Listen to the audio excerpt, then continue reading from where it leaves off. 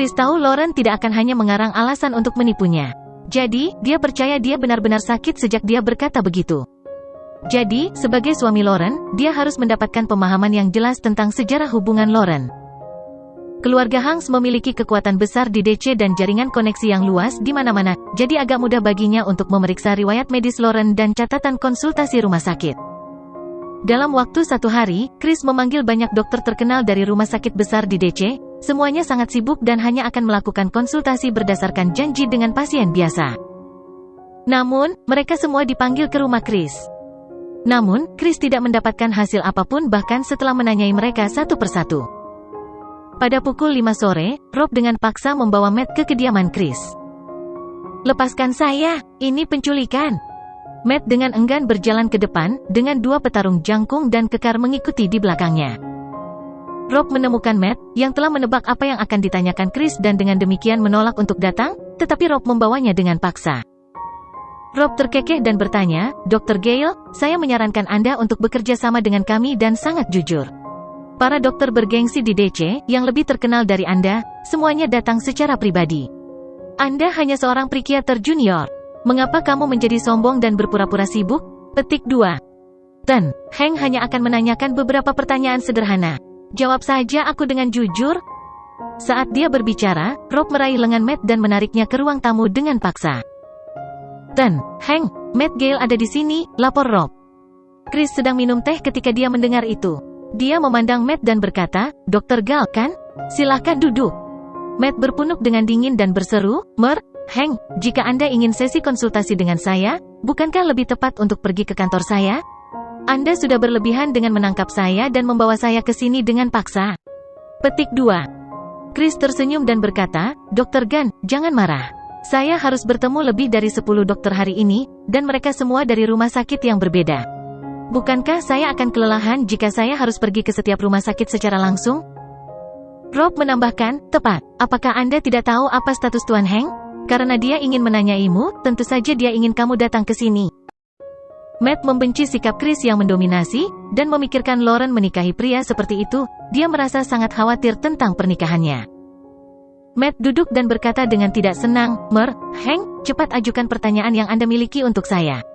Saya masih memiliki beberapa hal untuk ditangani di rumah sakit." Petik 2. Chris langsung ke intinya, "Kamu psikiater pribadi Lauren kan?" Begitu nama Lauren disebut-sebut, Matt langsung menjadi berhati-hati karena dia tahu bahwa sejak Chris berani membawanya ke sini, dia seharusnya sudah tahu tentang hubungan mereka. Karenanya, Matt tidak menyangkalnya dan malah mengangguk. "Ya, sangat bagus." Senyum muncul di wajah Chris dan dia melanjutkan, "Seorang psikiater pasti tahu lebih banyak daripada dokter lain. Saya yakin Anda tahu kondisinya dengan sangat baik." Petik 2. "Katakan padaku, mengapa dia tidak bisa berhubungan intim denganku?" Matt tidak menyangka Chris akan langsung menanyakan pertanyaan kunci itu. Matt menjadi sangat gugup dan mulai terbata-bata. Maksud kamu apa? Tidak bisakah dia berbagi kamar denganmu?" Chris mendengus dingin. "Dr. Gale, buang kepura-puraannya. Aku sudah memeriksa catatan kunjungan Lauren ke kantormu. Dia tinggal setidaknya selama beberapa jam setiap kunjungan dan kadang-kadang, dia bahkan menginap di rumahmu, termasuk tadi malam. Katakan padaku, apa yang dilakukan Lauren di tempatmu?" Melihat Chris sangat marah, Matt menjadi sedikit takut. Bagaimanapun, Chris terlihat sangat garang dan memiliki sosok tinggi dan kekar. Matt berkata dengan gagap, "Kami tidak melakukan apa-apa. Saya baru saja memberinya perawatan." Petik 2. Kesabaran Chris menipis, dan dia berseru, "Aku bertanya padamu, perawatan seperti apa yang kamu berikan padanya? Kenapa lama sekali? Jika Anda tidak memberitahu saya dengan jelas hari ini, lupakan berjalan keluar dari pintu saya hidup-hidup." Petik 2. Melihat hal tersebut, Rob pun langsung mengambil tindakan terhadap Matt dengan menariknya dari tempat duduknya dengan satu tangan dan menendangnya ke tanah. "Sialan, beraninya kau tidak menjawab pertanyaan Tuan Hank?" Matt sama sekali tidak terintimidasi oleh kekerasan itu. Dia dengan keras membantah, kondisi Nona Lauren adalah privasinya. "Kecuali jika Nona Lauren setuju, saya pasti tidak akan memberitahu Anda." Chris menendang Matt dengan marah juga. "Kamu benar-benar tahu?" Rob menendang wajah Matt, menyebabkan dia langsung berdarah. "Cepat, bicara." Namun, Matt tetap memilih untuk tidak menyerah. "Saya tidak akan pernah mengkhianati Nona Howard." Chris memandang Matt, menjambak rambutnya dan berkata, "Dr. Gale, sepertinya kamu juga sangat menyukai tunanganku. Selama bertahun-tahun, kamu pasti menggunakan perawatan sebagai alasan untuk memanfaatkan tunanganku kan? Matt lebih suka dipukul daripada kepribadiannya dihina. Karena itu, dia dengan cepat menyangkal, omong kosong. Saya tidak pernah mengambil keuntungan dari Nona Howard. Aku hanya ingin membuatnya bahagia dan menghentikan penderitaannya. Memukul. Chris menamparkan wajah Matt dan berseru, Pang, jadi kamu sangat menyukai Lauren. Rob menimpali dari samping, kudengar Gail pandai hipnotis. Bisakah dia menghipnotis Nona Howard dan kemudian mengambil keuntungan darinya? Omong kosong, aku tidak secabul itu, Matt menggonggong pada Rob. Chris memandang Matt dan merasa bahwa yang terakhir tampaknya cukup baik. Dia tahu bahwa orang yang dipercaya Lauren harus memiliki karakter yang cukup baik. Kau tidak akan memberitahuku kan? Aku punya cara untuk membuatmu bicara. Chris bangkit, mengambil informasi yang telah dikumpulkan bawahannya untuknya sejak lama dan membaca. Ayah Matt Gale adalah wakil direktur rumah sakit persahabatan modal sementara ibunya adalah direktur bedah saraf.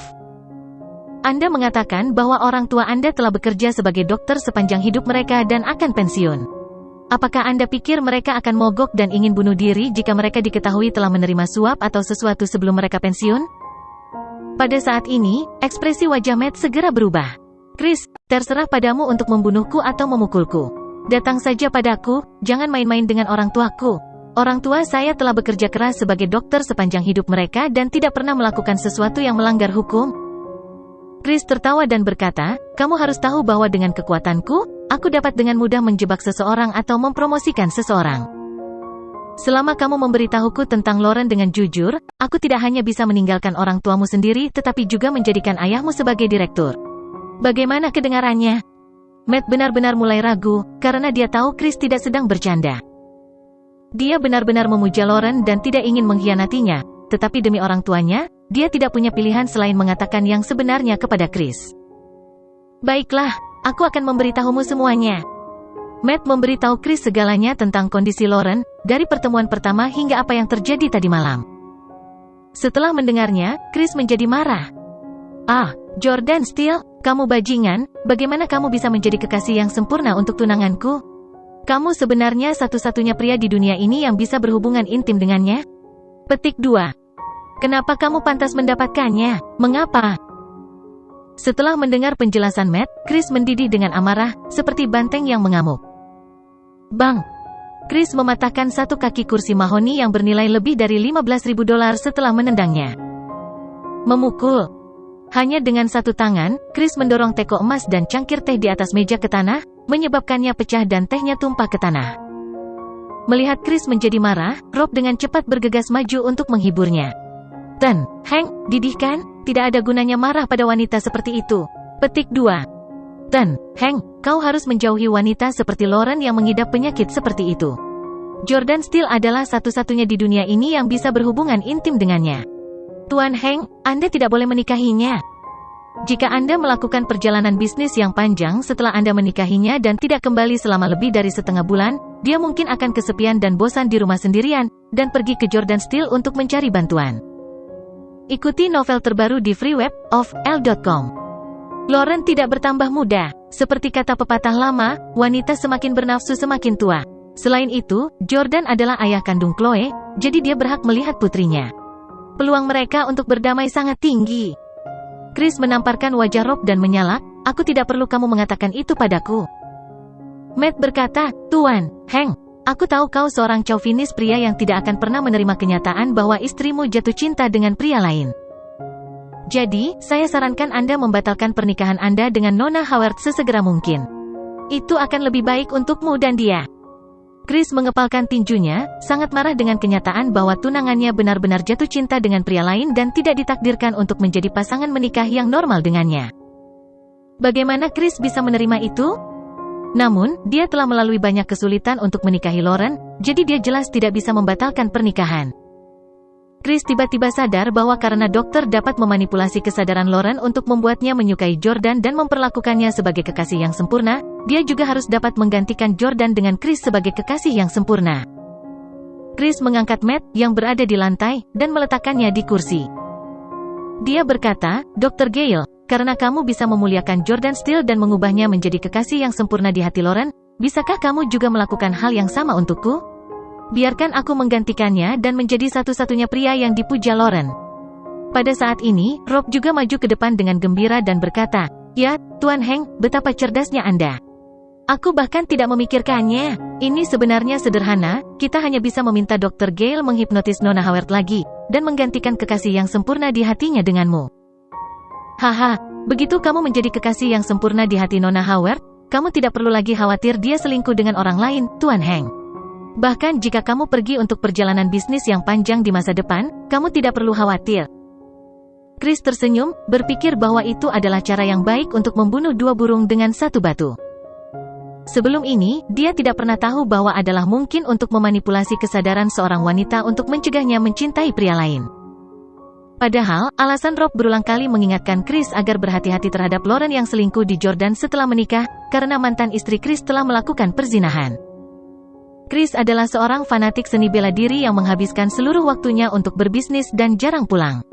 Karena itu, dia jarang menunjukkan perhatian kepada istrinya. Oleh karena itu, mantan istrinya mulai berbicara dengan pria lain dan begitu Chris melihat melalui ponselnya, hanya untuk menemukan bahwa dia telah mengobrol dengan pria lain dan isi percakapan mereka sangat cabul. Itulah alasan Chris melakukan kekerasan dalam rumah tangga pada mantan istrinya. Matt tidak menyangka Chris membuat permintaan seperti itu, jadi dia berkata, "Tuan Hank, aku khawatir ini tidak akan berhasil." "Kenapa tidak berhasil? Anda berhasil memuliakan Jordan Steele, jadi mengapa Anda tidak bisa melakukan hal yang sama untuk saya? Berapa banyak uang yang Jordan Steele bayarkan padamu untuk membantunya?" Chris sangat marah. Rob mengingatkan, "Dr. Gale, jangan hanya memikirkan diri sendiri setiap kali Anda memutuskan. Luangkan pikiran untuk orang tuamu juga." Petik 2. Mendengar ancaman itu, Matt menggigit bibirnya dan berkata, "Tuan Hank, jika Anda ingin menggantikan Jordan sebagai kekasih yang sempurna di hati Nona Howard, kita harus melakukan hipnosis terus-menerus untuk membuatnya tenggelam dalam dunia yang dibuat-buat. Aku juga harus membuatmu lebih sempurna." Chris mengangguk dan berkata, "Itu benar. Jadikan aku lebih sempurna dari Jordan?" Matt berkata, "Segalanya tidak sesederhana yang Anda pikirkan. Anda tidak bisa hanya melukis gambar yang sempurna, Anda juga harus menyesuaikan gambar itu sendiri dengan baik, agar bisa berfungsi. Jika tidak, ilusi yang telah kami buat dengan susah payah mungkin akan segera runtuh setelah kamu kembali ke dunia nyata." Chris berkata, "Apakah Anda mencoba mengatakan bahwa jika saya ingin mengambil tempat Jordan, saya harus lebih menonjol daripada Jordan?" Matt mengangguk. Chris berpunuk dengan dingin, dan dia berkata dengan percaya diri, "Apakah aku tidak lebih baik darinya di kehidupan nyata?" Rob dengan panik bergegas maju untuk menjilat. "Lihatlah fisik dan penampilan Tuan Hank. Hah, Jordan Steele sama sekali tidak sebanding denganmu. Dari segi tinggi, Jordan paling tinggi 1,8 meter sedangkan Pak Hank setinggi 1,9 meter. Dia pasti mengalahkannya. Dari segi fisik, Pak Hank jelas tidak kalah dengannya. Apakah Anda tahu berapa banyak wanita yang diam-diam mengambil fotonya dan meminta nomor teleponnya ketika dia pergi berenang?" Petik 2. Dalam hal latar belakang keluarga, Jordan sekarang adalah pria tanpa uang yang tidak memiliki orang tua untuk merawatnya. Tuan Hank berasal dari keluarga papan atas di DC. Dalam hal karakter dan pesona maskulin pria dewasa, Tuan Hank jelas lebih baik. Dia pernah menikah dan lebih tua dari Jordan Steele, jadi dia tahu bagaimana menjadi suami yang baik. Tidak peduli apa, Tuan Hank pasti mengalahkan Jordan Steele. Mendengar pujian Rob, Chris mengangguk puas. Matt mengkritik dalam hatinya, apakah bajingan ini Chris Hank masih begitu tidak sadar? Dia mengalahkan Jordan Steele dalam setiap aspek. Anda bahkan tidak bisa dibandingkan dengan saya, apalagi Jordan Steele. Namun, Matt secara alami tidak bisa menyuarakan pikirannya dengan keras di depan Chris. Chris berkata, "Dr. Gale, lakukan apa yang kukatakan dan bawa Lauren ke rumah sakitmu besok pagi untuk hipnosis. Kemudian, batalkan semua gambar sempurna tentang Jordan yang telah Anda lukis untuk Jordan. Aku ingin Lauren membenci Jordan dan memperlakukanku sebagai cinta dalam hidupnya." Matt tidak punya pilihan selain setuju. "Oke, aku akan mencoba yang terbaik." Cerah keesokan paginya, Lauren, yang menerima telepon dari Matt, pergi ke rumah sakit Matt sendirian dan memasuki kantor pribadinya. Lauren mengetuk pintu dan masuk. "Dokter Badai." "Nona Howard, Anda di sini. Silahkan duduk." Matt buru-buru menyapa Lauren. Setelah duduk, Lauren tersenyum dan berkata, "Dr. Gale, untuk apa kamu memintaku ke sini?" Pada saat ini, Matt merasa agak bersalah saat menghadapi Lauren karena dia akan menyerah pada permintaan Chris dan melakukan sesuatu yang bertentangan dengan keinginan Lauren. Sebagai teman, dokter, dan pengagum Lauren, dia tidak mau melakukannya. Namun, demi orang tuanya, dia tidak punya pilihan selain melakukannya lagi. Matt berkata, Nona Howard, berdasarkan kejadian yang terjadi 2 hari yang lalu, penyakit Anda sangat serius, jadi saya harus melakukan hipnoterapi pada Anda dan memanipulasi kesadaran Anda lagi. Apakah kamu akan memanipulasi kesadaranku lagi? Lauren berbicara dengan tenang, tanpa rasa takut atau jijik terhadap hipnosis dan manipulasi kesadaran Dr. Gale. Sebaliknya, ada sedikit kegembiraan dan antisipasi yang tidak mencolok di tengah ketenangannya. Tidak sembarang orang dapat memiliki kesadaran mereka dibimbing dan dimanipulasi. Itu pasti seseorang seperti Lauren yang telah mengalami trauma hebat dan menjalani kehidupan yang tidak menguntungkan. Alasannya sederhana, apa yang harus dilakukan seseorang dengan kehidupan yang bahagia untuk membenamkan dirinya dalam dunia yang dibuat-buat? Namun, Lauren tidak bisa bersama orang yang dia cintai di kehidupan nyata, jadi dia ingin tenggelam dalam dunia ilusi di mana dia bisa bersama dengan Jordan dan mendapatkan kebahagiaan. Matt mengangguk dan berkata, mungkin butuh waktu lama kali ini. Apakah Anda ingin menelepon seseorang di rumah untuk memberitahu mereka? Oke, Lauren mengangkat telepon dan menelepon pelayannya untuk memberikan penjelasan agar dia bisa mengurus Chloe. Setelah itu, Matt membuatkan secangkir kopi untuk Lauren, yang meskipun tampak seperti kopi, juga dicampur dengan obat yang akan membuat pasien tenggelam dalam keadaan hipnosis yang tidak bisa dia keluarkan dengan mudah. Matt kemudian menginstruksikan Lauren untuk berbaring di sofa dan memejamkan mata dalam keadaan paling nyaman dan santai.